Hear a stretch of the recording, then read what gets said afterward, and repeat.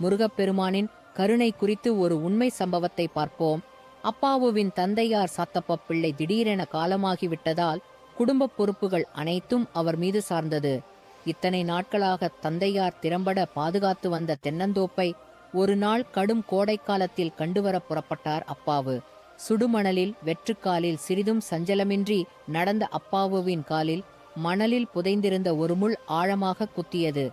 முருகையா என்று வாய்விட்டு அலறிய அப்பாவு அந்த முள்ளை பற்றி இழுக்க ரத்தம் பீரிட்டு வழிந்தது. வலியோடு தோப்பில் அப்பாவு உறங்கிய போது அவ்வூரில் வசித்த தச்சர் ஒருவரின் கனவில் முருகப்பெருமான் தோன்றி, என் அடிமையாகி அப்பாவுக்கு ஒரு பாதக்குரடு செய்து கொடு என்று கட்டளையிட்டு மறைந்தார். பாம்பன் சுவாமிகள் குகனின் கருணையை ஒரு பாடலாக பதிவு செய்துள்ளார். கொடிய கோடையிர் சுடுமணற்கனே குருதிபாய எனடியினிலே ஏறுமுள் வடிகண்ணீரிலே நனைத்த நுல்கியும் மிடியானாகவே விடுவை யோவாயில் மிளிர்கை யாழியே விபதர்மீரியே என்று முருகப்பெருமான் தன்னை நிழலாய்த் தொடர்ந்து வருவதை நெருக்குறுகப் பாடினார் பாம்பன் சுவாமிகள். கந்தவேலனுக்கு அரோகரா.